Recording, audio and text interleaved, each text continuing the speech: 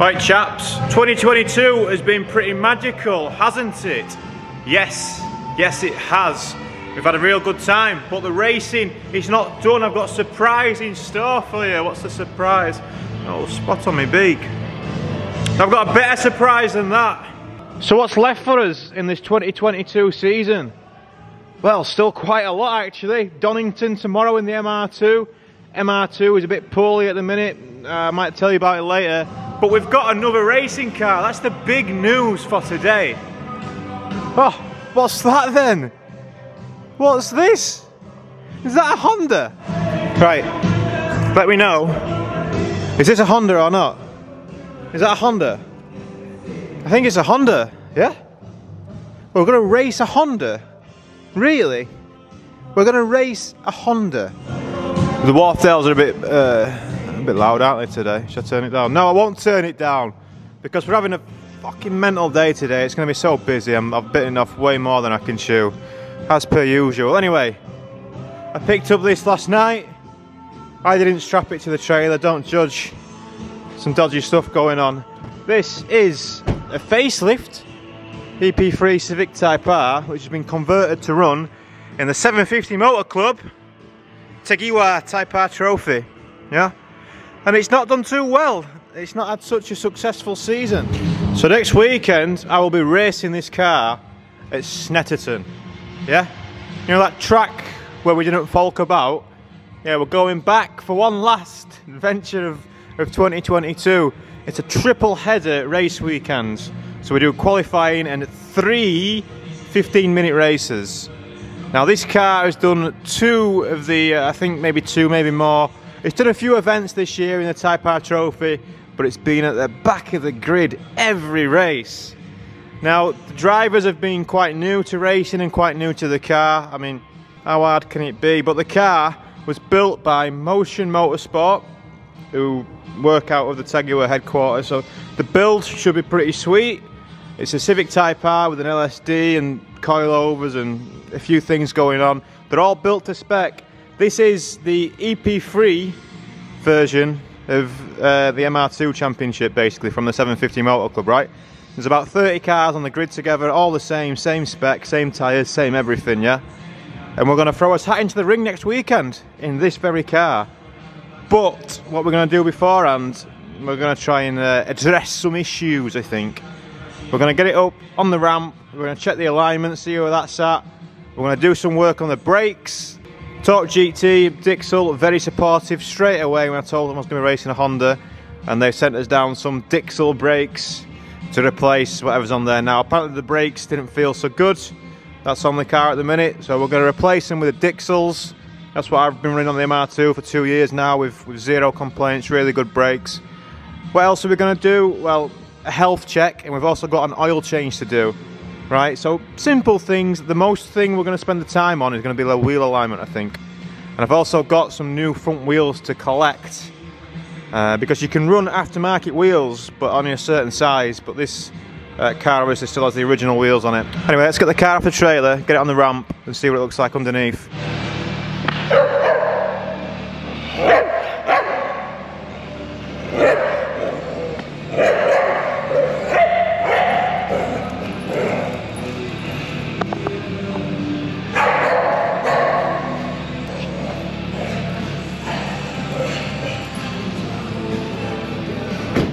So a little bit of history on the car.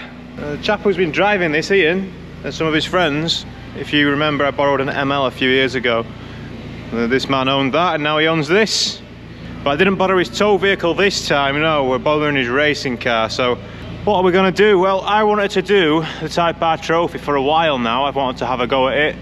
I thought about doing like an arrive and drive rental thing, but I thought maybe I can convince Ian to let me have a go, and it turns out he had a little list of jobs that he needed doing on the car, and yeah, I'm kind of doing the jobs and taking the drive as payment in a way. So it's kind of how it's worked out, so pretty sweet, right? This car's still got its original reg plate on, yeah. So it's done a few races, it's done what else has it done? It's done a road sports, a 45-minute race. But yeah, it's built to the Type R trophy regulation. So what we're going to do first, we're going to drain the oil. I'm just letting it warm up a little bit.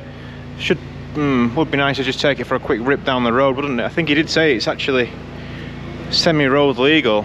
Should we take it for a quick rip down the road, maybe? Maybe get some shit out of it and just take it for a little tickle down the road, right? In the working men's boots, yeah. Now this car is exactly as it finished a race at Anglesey a couple of weeks ago. We've got a brake warning light, ABS warning light, and airbag warning light. ABS and airbag normal, because we don't have them. No ABS on these cars. Brake warning light, maybe the fluid's low. Pedal feels alright. So the ECU and the gear ratios on these are completely standard. Apparently you can find yourself dropping out of VTEC quite easily if you're not careful.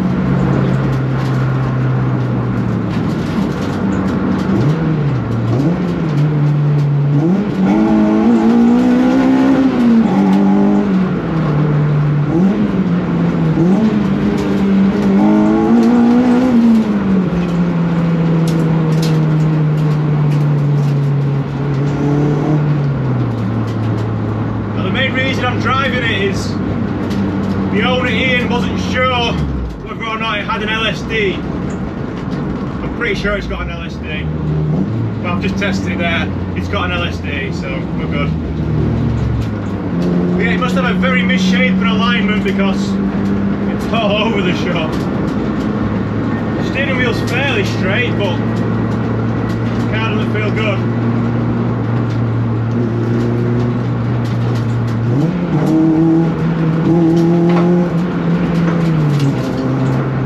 Definitely got some funky alignment going on. The LSD does work, so that's good.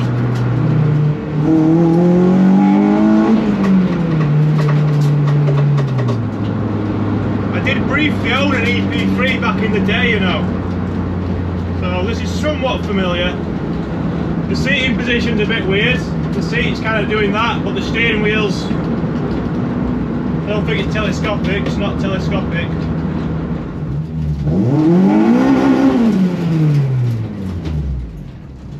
See if we left any 11, shall we? That'll be a good test. Already unfortunately finding some terrible things on this car, such as the sump plug. The first thing I've touched, someone's put it on ridiculously tight. And I've got a breaker bar here which is, you know, like a foot long, if not a foot and a half long. I couldn't get it off with a spanner, as you should be able to. I couldn't get it off with a ratchet, so now I'm going with a breaker bar just to get the sump plug off. What's all that about? But we'll go for it. Oh. Bang my head getting it off, but it's off. It's slightly rounded as well, but those Draper sockets with like the spongy bits in are good for stuff like that. But that was ridiculously tight. Whoever put this sump plug on, bad. So I told Torque GT what I was up to, and they said, no worries pal, we'll get that extra speed out to you if you want, eh? These are Dixel's kind of like OEM replacement pads. Because they don't run ABS, people say they have a lot of problems locking the rear, and I've seen it when I've watched the races. People just lock the rears for fun. And I want to avoid that, so we don't want anything too grippy in the back. High initial bite, high fade resistant and economy. Well, hopefully not as high as the fronts anyway. So we've got some Z-type for the front. These are proper stuff. This is what I've been running on the MR2 all year. I run the same pad front and rear on the MR2, but front wheel drive, just don't need that. So yeah, these are just regular old road pads. I think we'll still have issues with locking the rear brakes. The rear will always lock before the front. So Type Z for the front, or Z-Type for the front. And we've also got some Dixel front discs to go with. We've just had a little trip to Carlisle. Fucking Carlisle, yeah. We've just took a short trip out, haven't we, Stella? To Carlisle, yeah? On his way back now, lost about 3 and a bit hours of the day because we needed a bit for the MR2 to race tomorrow. Oh, Right, go on, you're free. You're free, run wild.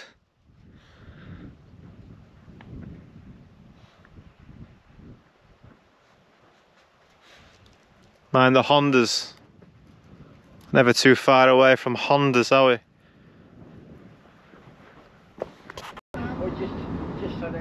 Some sheep's here.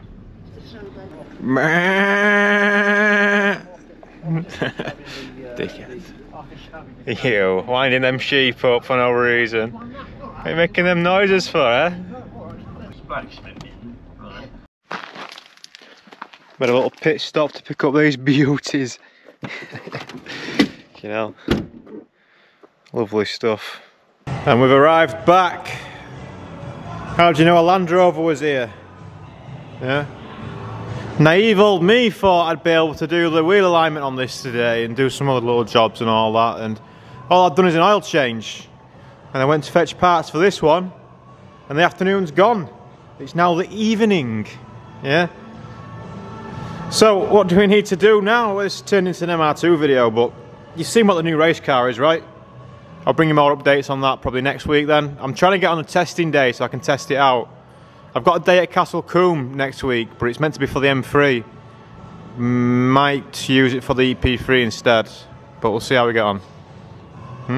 Hopefully I'd not, because I'd rather not. Just, you know, it's not the car I need to learn really, it's the circuit and the car, if that makes sense. I'd rather test at Snetterton or nothing. There is a test day on Thursday which I could potentially do, but that would mean going home from Castle Combe on Wednesday night and driving straight on to Snetterton after coming back up to North Yorkshire, which would be logistically challenged, wouldn't it? It would be logistically challenging, yeah. Anyway, let's get this off, get the MR2 on. That's the new race car anyway. Yeah, happy to see you. Now back to the it's not just a money, it's not a money pit, this car, it's a time pit. Right, do you remember when we tried to get second place at the last lap of the second race at Cadwell? They had a bit of grass tracking, yeah? Well, this is the damage. This is a heater pipe that runs from back to the front, a hard pipe. It's meant to go up and round the fuel tank, but it's not doing that anymore. Come to this side, I might have to see it better. So it's hanging down quite a bit, about 5 or 6 inch. There's a flexi hose here, look. It's meant to hook up there.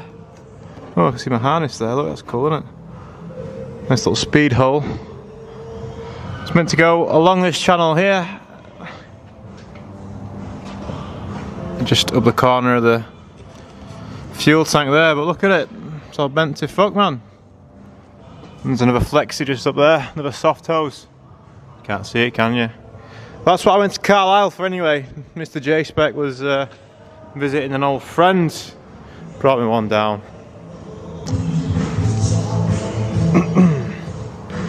This is what it should look like. Not kinked and knackered, yeah. As per usual, with it being an MR2, it's going to be more awkward than what it needs to be, but I'll see you on the other side. At least we know how to do the coolants now, don't we? Just did a radiator last week. The GoPro's running out of memory card. I wish I'd have set a camera up for that. I mean, you can tell by the spill on the floor, it was quite, you know, interesting. So I undid the drain plug on the front. Some people get real scared about these in MR2. Mine's have always been alright. Mine's real rusty as well, I don't know. It just seems to be alright. But anyway, nothing came out, so I was like, oh, there's not a lot in here. So I put one of these little clamps on the line and then undid it, and I was ready for, luckily I had 2 bottles here. But let's just say I was holding 2 jugs then, a jug in each hand, yeah, to just trying to catch it all, but yeah, it still went everywhere. And this is just about drained everything, isn't it? Hacks, yeah, hacks. Cool. Yeah, I don't think that would have done the best job at cooling. What do you think? Pinched flat there, pretty much. I mean, quite a lot of water still come out of it, so you know, it's still flowing to some extent. I had to cut it off in the end, I just couldn't be bothered with it. But yeah, it's all dinted and fucked. Andy was telling me quite a lot of rally lads in Ireland have this problem, so shout out to the rally lads in Ireland. who've had this problem. Yeah. Give my grinder its dying wish there. The cutting disc here, look. Yeah. One last cut, it said. One last cut. I had to bend it off and snap it, but one last cut indeed. Thanks for your service. Alright, job done. Even put a nice little safety cable tie there. It attached on these little plastic clips, and there's a couple of like where it's meant to screw into the chassis, like clips where it's meant to screw in the chassis up there, but chassis, go all American, but yeah, it just don't. There's just rust and snapped off screw heads. That's all we've got to play with here. Certainly nowhere to screw it into, mate, but you can see where I've been running on the floor and might have caught it. You see how it's happened, don't you? You can see how it's happened there. I can see how it's happened anyway. Rusty floor, still staying good. Right, all we need to do is bleed it, get it packed up and get to Donington. Donny. Well, it's 9:30. Just gone to load the car up and the brakes are spongy AF. Yeah, proper spongy, not good. I've lost my vacuum bleeder thing that I always use. Cheap thing, not an expensive thing, but I've lost it. So I had to get people to help me last night. 2-man job. And I've ended up with some super spongy brakes. So maybe a bit of miscommunication there, you know. You can't trust people, can you? Eh?